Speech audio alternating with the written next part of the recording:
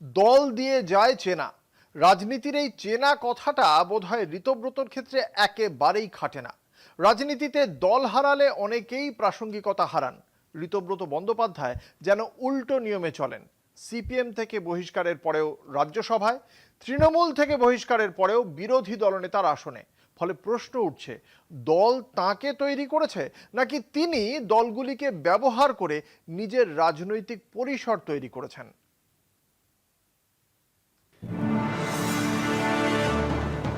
বিধায়ক ঋতব্রত বন্দ্যোপাধ্যায়ের রাজনৈতিক জীবনের সবচেয়ে বড় সমস্যা সম্ভবত একটাই, কোনো দলই তাকে বেশি দিন ধরে রাখতে পারে না। সিপিএম পারেনি, তৃণমূলও পারল না, দুই দলই তাকে বহিষ্কার করেছে। আর ঋতব্রত প্রতিবারই এমনভাবে ফিরে এসেছেন যেন বহিষ্কারের চিঠিটা আসলে তাঁর পদোন্নতির চিঠি ছিল।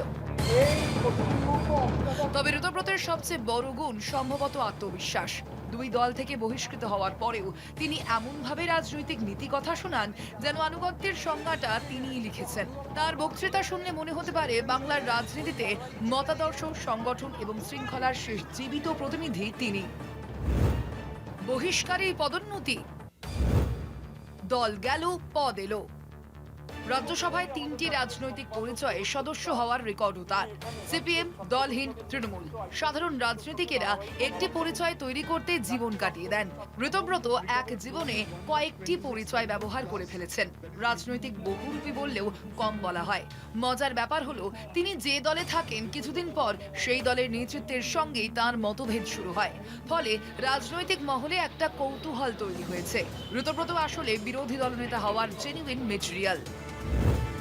বহিষ্কৃত থেকে নেতা, ঋতব্রতের নতুন ইনিংস।